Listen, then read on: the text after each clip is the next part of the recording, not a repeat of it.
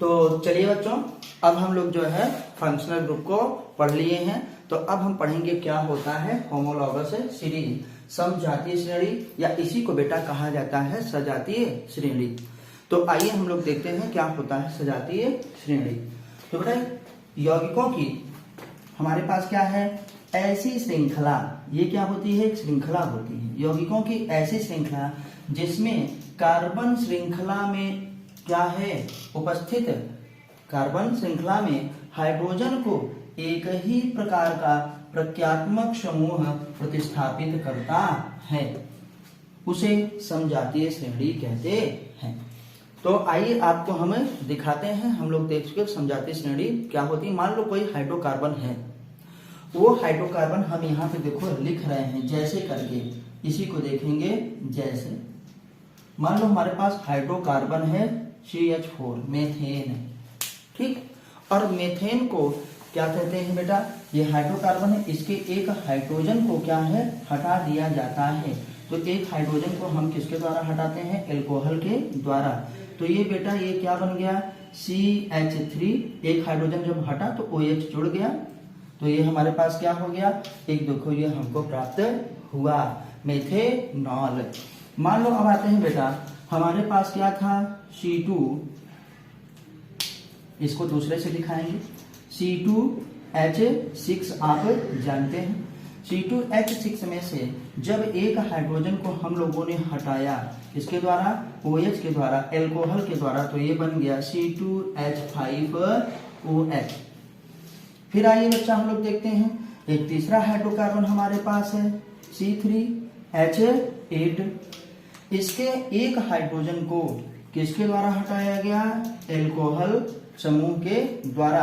कौन सा functional group, alcohol. तो ये बन गया बेटा C3H क्या है 7 हमारे पास, और क्या है OH, ठीक। अब हम आते हैं कि हमको देखो यहाँ पे है C4H क्या है 10, और इसमें बेटा हम लोग दिखा रहे हैं कि इसके एक हाइड्रोजन को, तो क्या हुआ C4H9OH के द्वारा क्या है हटाया गया।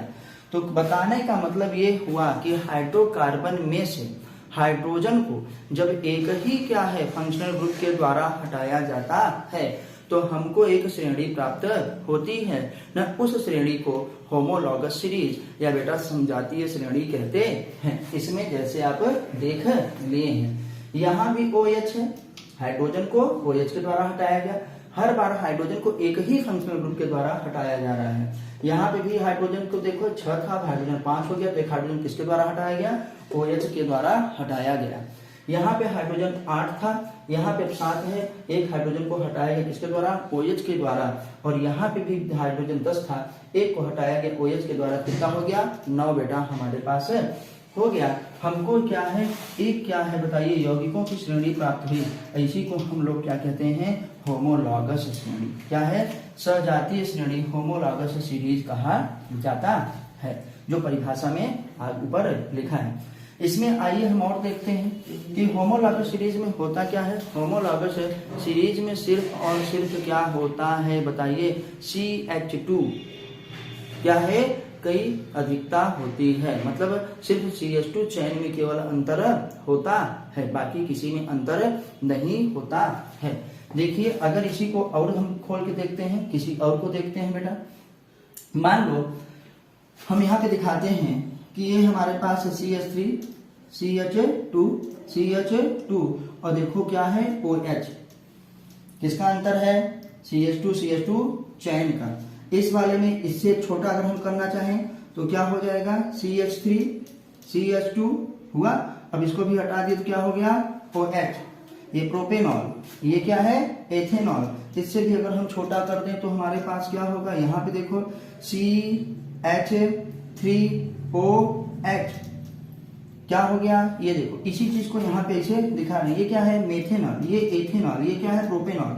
तो बेटा क्या इसमें बढ़ रहा है, CH2 की चैन वही क्या है बढ़ रही है। यहाँ पे CH2 की चैन नहीं थी, यहाँ CH2 एक बढ़ गया है, CH2 एक दूसरा बढ़ गया, बाकी जो फंक्शनल ग्रुप है वो सेम रहता है। तो हम लोग जान गए कि होमोलॉगस सीरीज में सिर्फ क्या है, CH2 चैन में ही परिवर्तन होता है, बाकी सब एक जैसा रहता है। तो आइए बेटा देखते हैं सजातीय श्रेणी,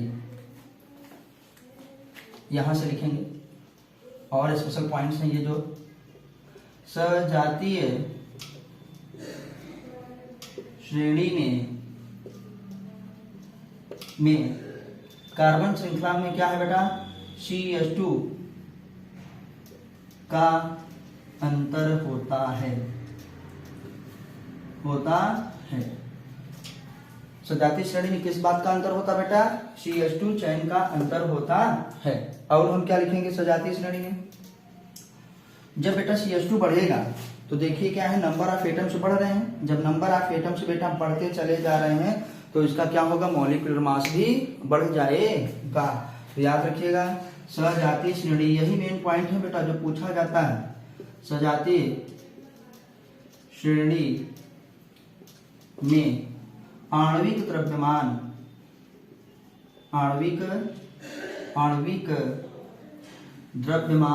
आणविक मेरा थोड़ा बेटा देख लीजिएगा, समझ लीजिएगा, आणविक द्रव्यमान में अंतर होता है। देखो महाराज, जैसे बच्चों इसका आणविक द्रव्यमान दूसरा होगा क्योंकि इसमें CH2 चैन नहीं है, इसमें एक CH2 चैन बढ़ गया तो इसका आणविक द्रव्यमान दूसरा होगा, इसका क्या होगा और ज्यादा होगा। अब आणविक द्रव्यमान हमको जैसे दिखाना है आपको, तो हम आइए इसी का आणविक द्रव्यमान इस वाले का दिखाते हैं।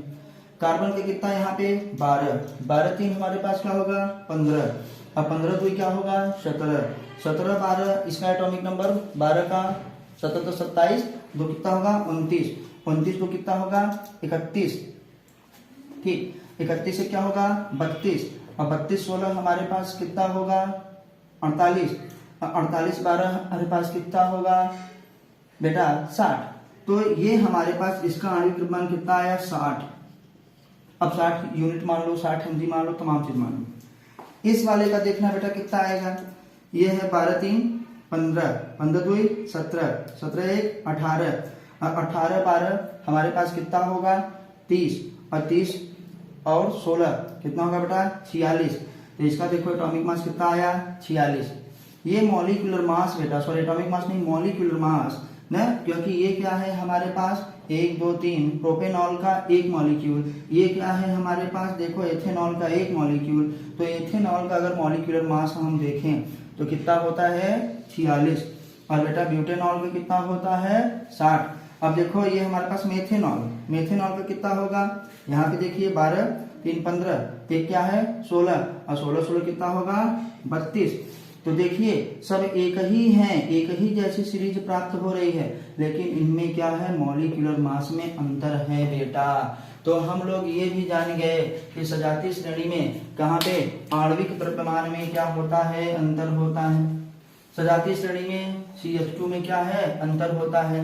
और तीसरा पॉइंट है ये देखते बेटा, आणविक द्रव्यमान जब बढ़ रहा है तो बेटा उसके भौतिक क्या है गुणों में भी अंतर होगा। जो जितना ज्यादा आणविक द्रव्यमान वाला होगा, जिसका मास ज्यादा होगा, उसका मेल्टिंग पॉइंट, उसका बॉइलिंग पॉइंट भी ज्यादा होगा, क्योंकि उसको तोड़ने के लिए और ज्यादा एनर्जी की जरूरत पड़ेगी। वह बड़ी चीज है, उसको घुलने के लिए और समय चाहिए और पानी चाहिए, तो उसकी विलेयता भी क्या हो गई बताइए बेटा अलग अलग होगी। तो सजातीय श्रेणी में भौतिक गुणों में अंतर होता है। चलिए यहाँ पे और हम लिखते हैं सजातीय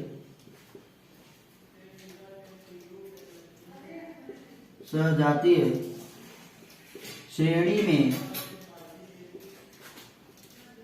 भौतिक गुणों में असमानता होती है, मतलब भौतिक गुणों में बेटा क्या होता है अंतर होता है महाराज। जैसे अब भौतिक गुणों की बात कर रहे हैं, क्या होगा अलग अलग बेटा इनका क्वथनांक, भौतिक गुण जैसे क्वथनांक क्या बेटा गलनांक ना, और बेटा विलेयता क्या है विलेयता में अंतर होता है। तो भैया क्या ये बताइए, सजातीय श्रेणी में सब कुछ क्या है, डिफरेंट ही होता है क्या? नहीं बेटा, सजातीय क्या है, श्रेणी में क्या है बताइए, रासायनिक गुणधर्म क्या होते हैं, समान होते हैं।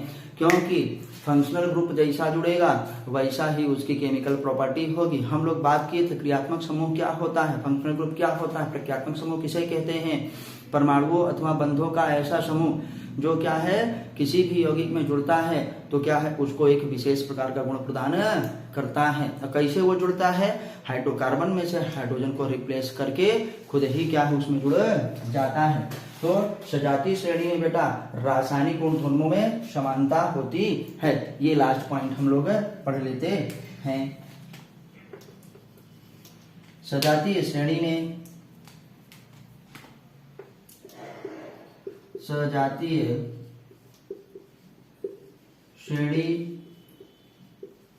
में रासायनिक गुणों में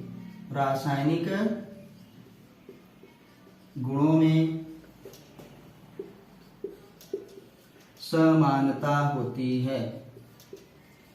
यही बेटा प्रश्न सबसे ज्यादा पूछा जाता है कि जो सजातीय श्रेणियां हैं एक दूसरे से किस प्रकार समान होती हैं, उनके रासायनिक गुणों में समानता होती है। किस प्रकार से वो भिन्न होते हैं, तो बेटा उनका भौतिक गुण क्या होता है, अलग होता है। उसमें CH2 की चेन में क्या होता है, अंतर होता है। भौतिक गुण में हमारे पास क्या हो सकते हैं, भौतिक गुण जैसे उसका क्या होगा बेटा, मॉलिक्यूलर मास उसका अलग हो सकता है, उसमें अंतर रहता है, क्वथनांक में अंतर रहता है, गलनांक में अंतर रहता है और विलेयता में अंतर रहता है। ये सब तो जरूर याद रखिएगा। बस भौतिक गुण बता दिया जाता है लेकिन भौतिक गुण में क्या क्या वो भी याद रखिएगा। जैसे क्वथनांक बेटा, गलनांक और क्या महाराज, विलेयता में अंतर होता है, मॉलिक्यूलर मास में अंतर होता है। तो हमने एक ही जो है चैप्टर में देखिए एक ही पेज में पूरा का पूरा सजातीय श्रेणी पढ़ लिया। तो बच्चों आपको वीडियो कैसी लगी हमको कमेंट के माध्यम से जरूर बताइए, अपने दोस्तों के साथ शेयर करिए, चैनल को ज़्यादा से ज़्यादा सब्सक्राइब करवाइए। आपसे ये हमारी जो है बहुत ही ज़्यादा रिक्वेस्ट वाली बात है कि ताकि चैनल क्या है जल्दी से जल्दी ग्रो करें, हम आपको और भी अच्छी अच्छी वीडियोज आपको ला के दें। फिजिक्स के, केमिस्ट्री के, बायोलॉजी के 100% बेटा NCERT आप नीट और JEE मेंस में बैठे बैठे जो है सेलेक्ट हो जाएंगे। बस आपको जितना क्या है उतना आप करते जाइए। 100% पहले NCERT पढ़िए, मेन सिलेबस NCERT है, उसके बाद आप चाहे जो पढ़ते रहिए, चटनी मचार अर्चा बाद में खाते रहिए, पहले मेन डाइट अपनी ले लीजिए। फिर मिलते हैं अगली वीडियो पे, तब तक नमस्ते, जय हिंद, जय भारत, वंदे मातरम।